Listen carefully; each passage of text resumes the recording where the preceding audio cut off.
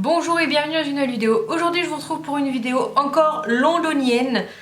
C'est la dernière de cette série après tous les vlogs, le haul. Je vous présente aujourd'hui mon budget, mon organisation pour mon voyage à Londres.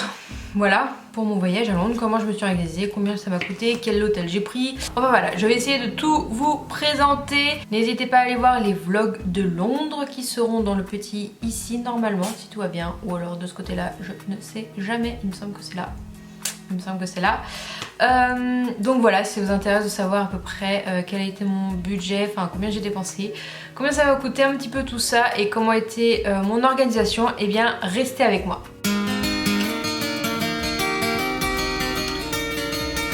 Alors, comment j'ai commencé ma petite organisation pour Londres? Ça a commencé en décembre. Où j'ai réservé la pièce de théâtre Harry Potter et l'enfant maudit parce que les places étaient sorties et que eh bien j'ai réservé pour le mois de juillet tout simplement parce que je savais que je voulais partir en juillet. Donc j'ai commencé par ça, j'ai réservé 2 places qui m'ont été offertes par mes parents. Donc en fait c'était 67 livres, je crois 67 livres. Chaque place, donc 67 livres par partie, qui a fait à peu près 140 € au total. Donc voilà, j'ai commencé par ça et le même jour, après avoir commandé mes places, j'ai réservé l'hôtel. J'ai réservé l'hôtel sur hotel.com. J'avais regardé en premier lieu les hostels, je ne sais plus comment on dit en français, les auberges de jeunesse. Quand j'avais été avec mes parents, donc il y a 10 ans, il y a 9 ans, on avait été dans un hôtel qui s'appelle Studio Toilette. Je vous mettrai trop dans la barre d'infos. Et du coup j'avais regardé les prix et j'ai vu qu'ils avaient un deuxième petit complexe à un autre endroit qui était moins cher. Et finalement j'ai pris ce deuxième complexe, donc c'est Studio Toilette, donc Studio tout le 2 et L-E-T, et c'était à Northern Grove, je me trompe pas.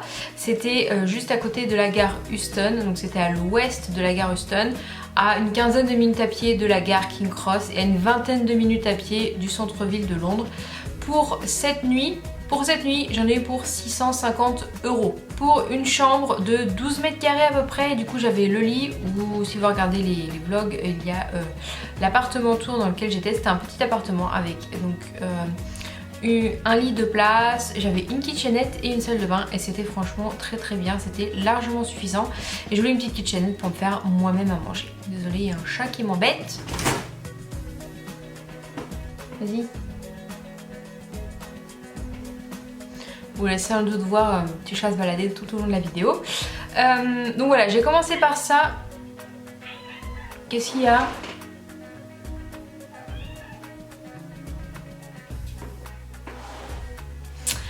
J'ai commencé par ça donc en fin d'année dernière, en décembre.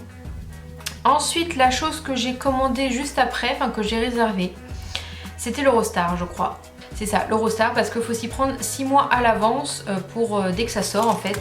Donc j'ai dû m'y prendre en janvier, il me semble. Et ça m'a coûté 100 € aller-retour Paris-Londres.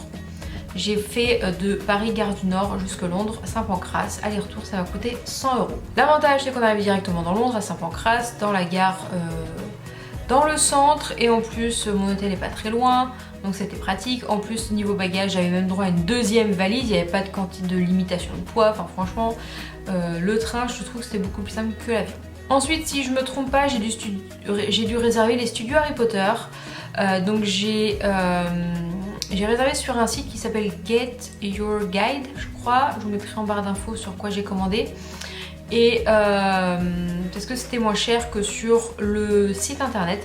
Donc j'ai décidé de prendre la totale en fait, l'entrée plus le bus qui vient nous chercher à King Cross, le bus des studios qui vient nous chercher à King Cross et qui nous a fait l'aller-retour. Et ça m'a coûté 90 € la totalité. Et franchement c'était vraiment très très bien, j'étais très contente. Peut-être que la prochaine fois quand j'irai je ferai le trajet par moi-même, ça me coûtera moins cher. Mais pour une première fois je me suis dit on va jouer la sécurité. J'ai eu large le temps sur place parce qu'on est arrivé à 11 h et je suis repartie il était 4 h. Donc large le temps de tout faire sans souci. Ensuite j'ai réservé le billet de train Rennes-Paris. Parce que fallait bien que j'aille jusqu'à Paris pour prendre l'Eurostar, sauf qu'on prend ces billets de train après, et vu que ça tombait pendant l'été, j'ai dû attendre la date qui qui était je ne sais plus quand exactement pour prendre les billets de train en été. Et j'ai la carte jeune, 12,25, enfin 12,27 maintenant. Et j'ai payé 50 €, même pas aller-retour pour faire Rennes-Paris. Donc le trajet au total Rennes-Londres aller-retour m'a coûté 150 €, ce qui est je trouve pas très cher. Et ensuite dernier achat que j'ai fait avant de partir, 1 ou 2 mois avant, c'est le London Pass. Je vais vous montrer, c'est une carte en fait et un pass qui nous permet de payer une certaine somme en fait pour la validité de la carte, soit 1 jour, 3 jours, 6 jours. Et moi j'ai pris le London Pass sur 6 jours pour avoir accès à plein d'attractions qui sont disponibles sur le site internet. Et en fait j'avais vu que toutes les attractions entre guillemets, monuments, tout ça que je voulais faire étaient dans le London Pass. Donc je m'étais dit au lieu de à faire la queue pour acheter le ticket à chaque fois, je passais avec le London Pass et en plus ça m'évitait de faire la queue à certains endroits, donc c'est très pratique. Et du coup il m'a coûté 150 €. Et je l'ai pris sur leur site internet avant et j'ai fait retirer sur place. Il y a un petit kiosque en fait dans Londres pour pouvoir le retirer sur place. Et c'était moins cher parce que des fois il y a des réductions sur le site internet, donc il faut regarder les bons moments pour réserver. Et c'est même si vous le prenez 1 ou 2 mois avant, c'est pas très grave. En fait ça commence, les 6 jours commencent au moment où vous scannez la carte une première fois dans un monument, une attraction ou quoi que ce soit. Donc voilà, la seule chose que j'ai payé en plus c'est Madame Tussauds, que j'ai payé 35 livres je crois en plus, parce qu'au début quand j'ai pris le London Pass c'était dedans et une fois sur place je me suis rendu compte qu'il l'avait enlevé. Donc du coup je ne l'ai pas fait, je l'ai rajouté 35 livres en plus. J'ai compté 60 € de nourriture à peu près parce que j'ai pas mangé au restaurant une seule fois, j'ai mangé indien. Mais j'ai fait mes sandwichs moi-même, j'ai acheté des petits trucs comme ça dans les supermarchés et du coup j'ai fait pas mal d'économies sur la nourriture je pense. Donc j'ai compté 60 € en comptant les smoothies que je m'achetais quand j'avais soif pour le goûter, voilà. Et sur place aussi j'ai pris la Oyster Card pour prendre le métro. J'ai mis 15 livres dessus qui m'a permis de faire la fin de mon séjour parce qu'au début du séjour ça allait, je marchais, mais après si vous avez suivi mes aventures j'ai été un peu empoulée. Donc j'ai pris la Oyster Card, ça m'a coûté 5 livres la Oyster Card et 15 livres de trajet. Mais j'ai récupéré les 5 livres à la fin parce que j'ai rendu la Oyster Card. Donc j'en ai pour, en gros j'en ai pour 1300 €, tout compris. Nourriture, voyage, sans compter les achats. Ce séjour m'a coûté plus cher que la Crète en fait. Tout simplement, désolée si le chat veut être avec moi. Ce séjour m'a coûté vachement plus cher que la Crète parce que rien que le prix de l'hôtel c'était le prix de l'avion, de l'hôtel all inclusive là-bas, en Crète. Je vous laisserai, j'ai fait une vidéo l'année dernière sur mon budget de la Crète. Donc je vous laisserai aller voir si ça vous dit. Mais du coup Londres m'a coûté beaucoup plus cher, m'a coûté 2 fois plus cher parce que si je rajoute les souvenirs que je me suis achetés, il y en a bien pour 100 € je pense de souvenirs.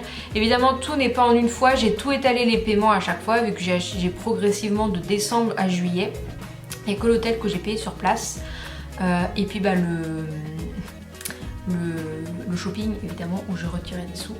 Ce chat ne sait pas ce qu'elle veut. Donc voilà pour à peu près le budget, le gros budget. Londres ça coûte excessivement cher. Je vais montrer la carte après.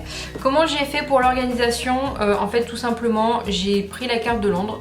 J'ai regardé les différents quartiers qu'il y avait. Et j'ai regardé ce que je voulais faire dans chaque quartier et voilà en fait j'ai fait des quartiers qui étaient à côté le même jour et c'est tout simple en fait. Je vais vous montrer à peu près du coup les kilomètres tout ce que j'ai fait sur Londres. C'est tout ce qui est en violet. Voilà, je sais pas si vous arrivez à voir grand chose mais tout ce qui est en violet c'est ce que j'ai fait à pied. De toute façon vous pouvez suivre mon organisation. J'avais fait un petit carnet. J'avais pris un petit carnet donc, avec tout ce que je voulais faire. Là c'était les restaurants mais finalement j'en ai quasiment pas fait. C'est tout ce que je voulais faire par quartier avec les monuments. Tout ça c'est comme ça que j'ai regardé avec le London Pass, si tout rentrait dedans. J'ai fait tous les magasins Harry Potter que je voulais faire, le shopping, les magasins shopping que je voulais faire et après j'ai fait mon planning. Du coup le samedi j'ai pris le train et j'avais noté donc tous les trucs du centre à faire. C'était assez libre mais du coup et j'avais noté l'adresse pour récupérer le London Pass. Le dimanche j'avais prévu Madame Tussauds, Regent's Park, Abbey Road, le Zoo de Londres et Camden Town. et j'étais redescendue par King Cross, donc j'ai fait toute cette partie là. Le lundi j'avais mis Westminster Abbey, mais finalement je l'avais ce jour là. J'ai fait la relève de la garde, Hyde Park, Mayfair je suis passée et le Muséum National d'Histoire Naturelle. Le mardi du coup j'ai pas fait ce que j'avais prévu, j'ai échangé parce que ça n'allait pas trop, donc le mardi matin je n'ai rien fait. L'après-midi j'ai fait le British Museum et je me suis baladée dans le centre. Le mercredi j'ai fait la tour de Londres, le London Bridge, le Tower Bridge, le Shard et la cathédrale Saint-Paul. Tout ça c'est dans le même quartier, du coup c'est plutôt pratique. Le jeudi, eh bien j'avais fait Notting Hill le matin. Après j'ai fait Kensington Palace. J'ai fait Westminster Abbey. Après je me suis fait tatouer et j'avais la pièce de théâtre le soir. Et le vendredi j'avais juste du coup le studio Harry Potter à faire toute la journée et la pièce de théâtre. Et le samedi matin je repartais. Donc c'était assez chargé. J'ai fait plus de 90 km à pied, hein, faut le dire. Et là j'ai noté à peu près chaque jour ce que je dépensais, combien je retirais, combien je dépensais. Donc je n'ai pas fait le total, mais à peu près ça c'est ce que j'ai dépensé sur place. Et je me suis arrêtée à partir du mardi parce que je pense que j'ai bien fait, sinon j'aurais halluciné vu tout ce que j'ai dépensé. J'avais acheté le guide du routard, ce qui m'a permis d'avoir surtout les horaires. Aussi il y a pas mal de choses si vous faites le British Museum. Il y a toutes les explications en français, pas besoin forcément de prendre le guide. Le musée est gratuit mais les guides sont payants, donc j'ai eu pas mal de choses là-dedans. Et j'aime bien acheter le guide du pays où je vais, comme ça je fais une petite collection. Il y avait un plan à l'intérieur aussi que j'ai découpé, qui était plutôt pas mal. Et le guide du routard il était à 10 €. Donc voilà à peu près pour mon organisation. Moi c'est vrai que tout était prêt assez longtemps à l'avance parce que j'aime bien prévoir. J'ai regardé les horaires des trucs, combien de temps aussi, j'ai regardé les durées sur chaque endroit pour voir si tout pouvait passer dans la journée. British Museum c'était 3 à 4 heures, bon je suis pas restée 3 à 4 heures hein, mais voilà, j'ai regardé les moyennes et du coup ça me permettait de savoir de telle heure à telle heure je pourrais faire ça, vu que ça ouvre à telle heure je ferais ça. Voilà, j'ai organisé comme ça en fonction des quartiers et ça a plutôt bien marché parce que j'ai fait tout ce que j'avais noté et je suis plutôt contente du coup parce que j'ai bien profité. Donc voilà, j'espère que cette petite vidéo vous aura plu et vous aura permis peut-être d'y voir un peu plus clair.